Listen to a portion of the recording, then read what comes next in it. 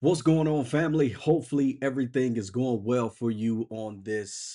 It's kind of cool here in Texas right now, but hopefully everything is going well for you. Listen, have you ever been in that place where you are, from what you know, you're doing everything right? You're doing exactly what God has called you to do, but it seems like nothing is going right in your life. And before you go off on this super spiritual, super religious tangent saying that, yeah, sometimes you got to go through this and you got to go through that. Listen, I've even taught and preached that myself, and I'm not knocking it. Sometimes you do have to weather the storm. But have you ever been at that point where it's just like, yo, listen, I know that God is faithful. Like there's no one or nothing on the planet that can convince me that God is not faithful. But I'm gonna just be real. Right now, life sucks. Right? Like, have you ever been at that place where it seems like again, everything that you doing it's like, God, I'm doing exactly what you called me to do. I'm doing exactly what you told me to do, even when it's uncomfortable, but life sucks right now. Why am I still going through this? Why am I still having to deal with that? And if you've been in this place, and I want you to just really, really pay attention to what I'm getting ready to share with you, because the reality of it is, look, one of the things that I think we as Christians mess up in, and I'm gonna just be straightforward with this one. I think one of the areas that we as Christians mess up is we put on this facade to the rest of the world that everything is perfect, right? That we trust God for the most biggest and largest dreams, and he's going to work it out, and everything is just going to be okay. There's nothing new under the sun, and we hear this stuff all the time. But I think one of the things that we lose sight of is that fake, that cap that we keep putting on so nobody can see the real us, the reasons that most people, I don't even want to say most people, but the reason that a lot of people that we may be trying to introduce to Christ right now is running away from the message is because we put on this fake facade. We put on this mask like everything is good all the time. And listen, I'll be the first to tell you I love my life. I love my life, but everything is not good all the time, right? Everything is not good all the time. It's very easy in this world of social media to hide behind the lens and say everything is perfect. Now, I'm not telling you that my life is in shambles. That's not where I'm going with this. But what I'm telling you is that we need to start being real about what we're facing, because here's the reality. Listen to me very closely. Listen, listen, listen. The reality of it is this, right? Following Christ is not easy. It's not. I'll just be real with you, man. Following Christ is not easy, and sometimes we play this role that everything is easy, and it's not, right? So what I wanted to do really is just come on here and just first and foremost give you some encouragement, let you know, like, listen, in spite of everything that you're dealing with, everything will be okay. And I understand sometimes that's harder to receive than it is for me to say that, but I want to give you some points that I believe will help you, because it definitely helps me in those moments when I feel like, listen, God, I know you faithful, but like real talk, life sucks. Life sucks right now. So I want to give you a couple things. Here's the thing, okay? What you're going through, again, and I talked about this before, is something that many other people have had the opportunity to endure. If you want to, get that video, just it's somewhere on the page, but go and take a listen to that video. I'll talk about that very thing, but that's not what this is for. Like, listen, there will be times when you go through, and I'll just say it, you'll go through some hell, man. And that's just the reality. You are going to go through some hell, but there's something good that comes with it. And I want to share with you some key points that I apply even to this day in my own life that helps me to break through it. Right. So again, God is faithful. He is. Make no mistake about it. God is faithful, but sometimes life can suck, right? If you resonate with what I just said, like, let's be real about it. Go ahead and put it in the comments below. Like, yo, I feel you, right? I feel you. But here's the thing, okay?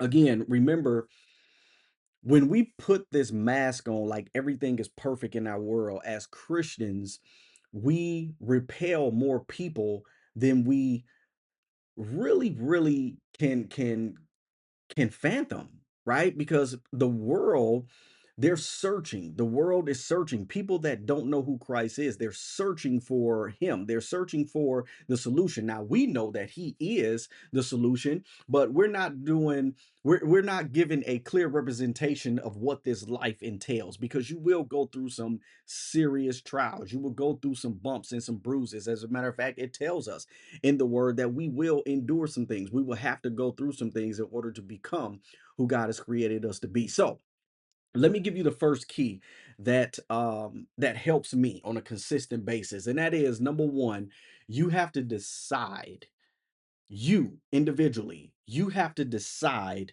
what you really want and why you want what you want. Okay? You have to decide what you want and why you want what you want, because see, we live in this world again where we look at everybody that's living this glamorous life behind the camera, but behind closed doors they are crumbling. Behind closed doors they're depressed. Behind closed doors they don't know how they're going or where they're going to get their next meal from. Don't fall for the lens. I'm telling you, don't fall for the story behind the lens, because what you don't see on the other side, these people that you are confiding in, or these people that you're looking at as your benchmark, like, yo, it's not what you think it is. Trust me, it's not what you think it is. Okay. So you have to decide. Don't allow anybody else to decide what you want for your own life. You have to decide that. But I think that's only part of it. Again, when you decide what you want, you also have to decide why you want it. Why do you want this life? Why do you want this amount of money? Why do you want this kind of marriage? Why do you want this health? There has to be something behind the what that is going to motivate you to keep going after what God called you to be. And that is where the why comes in. All right. So decide what you want and why you want what you want. Number two, this one is tough. This one is tough. You have to get to a point, especially when it's like this, like, God, yo, I know you're faithful, but life sucks right now. You may have to reevaluate your circle. You have to reevaluate your circle. What am I saying? Sometimes the very people that you're hanging around are the ones that's keeping you stuck. It's a tough thing to really come to grips with, because these are your boys. You've been rocking with them forever. Or this is your girl. You've been rocking with her forever. But the reality of it is, you have to get to the point where you are condensing your circle of influence, because everybody is not for you. And here's the reality, and I'll tell you, for me and Jock, what has happened in our lives several times is everybody that started off rocking with us are not everybody that's rocking with us today. It doesn't mean that necessarily we done something wrong or that they done something wrong. It's just our paths are no longer in alignment with destiny for our lives and for our family, right? And so you have to be okay with getting to the point where you're condensing your circle. Everybody is not your circle. Everybody is not part of your circle. And even as I grow deeper and deeper into my relationship with God, you know, I'm finding out that my circle becomes smaller and smaller and smaller. Not because I'm better than anybody else or I think I'm better than anybody else. It's because where I'm going, these people are not conducive to my destiny path. And it doesn't mean that something is wrong with them. And again, it doesn't mean that something is wrong with me. I am just focused on who God has called me to be. So when life sucks, reevaluate your circle and be willing to condense that circle down, right? That circle of influence. Number three, you have to find an example of who or what you desire, and then you have to begin to mimic that. It doesn't mean you be let me make sure I'm saying this right. You have to mimic it, but you don't have to be that person. Does that make sense? You may have to you may have to develop the characteristics or the level of integrity that that person had to develop in order to get to that point, but you don't have to be that person. You trying to be somebody else is going to destroy you. So don't be that person, but you have to find an example of someone that is living what you desire to live. Okay? And you have to be able to get to a point where you mimic that person, even if you have to reach out to that person and say, hey, will you mentor me? Right, many people have come to me and say, listen, I was wondering if you would mentor me. And in the beginning it was a humbling thing, but I understand that God placed me in this earth for a specific reason. My job is to cultivate potential on the inside of everybody that's ready to become who God has destined them to be. So when they're ready to elevate and move into that place in their life, then God says, "Okay, I need you to go and talk to my son. I need you to cross paths." Is that making sense? It's not an arrogant thing. It's understanding why Mike Lewis is here. So you have to get to that point, right? But I had to find somebody that was living that. I had to find somebody that had the lifestyle that I desired, that had the marriage that I desire, and I had to reach out to that person and say, "Hey, will you teach me?" Right? That's number 3. Number 3. Number 4. Number 4. You have to say what you want on a consistent basis. This sometimes is tough because what you see looks nothing like what you desire to see, but you have to really, really speak what you want on a consistent basis. I did a video a little while ago and I talked about why affirmations don't work, for example. And sometimes when I go back and I watch the different content that I put out there, sometimes I'm like, man, I didn't even realize I said some of the things that I said, right?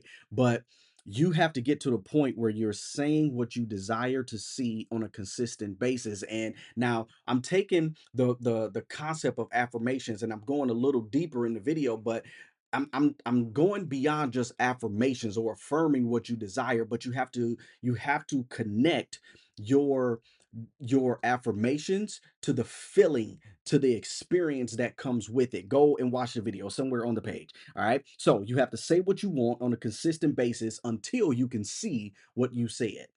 Until you can see what you said. Number 5, I think it is. You have to find an accountability partner to encourage you, that's going to push you, but at the same time, they're going to hold your feet to the fire to do what you said you're going to do. Okay. When life sucks, you have to find an accountability partner that's really going to challenge you to become who you're destined to be, but they're also going to push you in a sense where they're going to hold you accountable for you being a person of integrity, you being a person of character, you doing and becoming who you claim you desire to be. And the last point, this one is probably the toughest.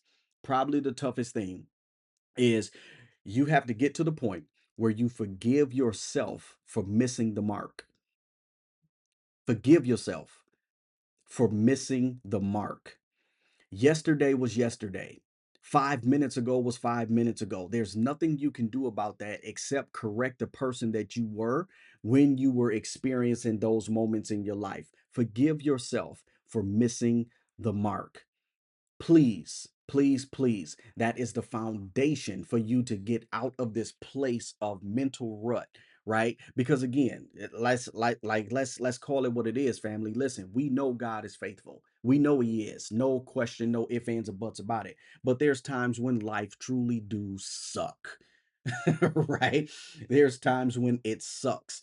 And you have to get to that place where you're getting away from all this noise and it's just you and him and he's going to direct you. But one of the ways in doing that is you have to forgive yourself for missing the mark. Okay.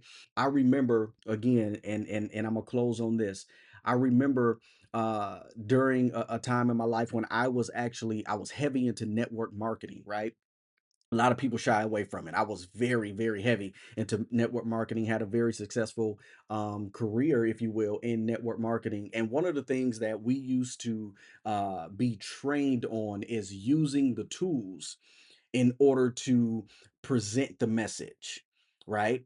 Because in the event that the individual that we may be talking to or that we may be interested in recruiting, in the event that they decided they wanted to be a part of the organization, them seeing the tools do the work makes the process duplicatable. I'll say it again.